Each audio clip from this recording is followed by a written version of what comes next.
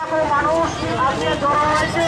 এই গত 4 তারিখ থেকে আমাদের যে প্রতিবেশী দেশ বাংলাদেশ, সেখানে যে সনাতনী হিন্দুরা আছে তাদের উপর যে নির্মম অত্যাচার চলছে,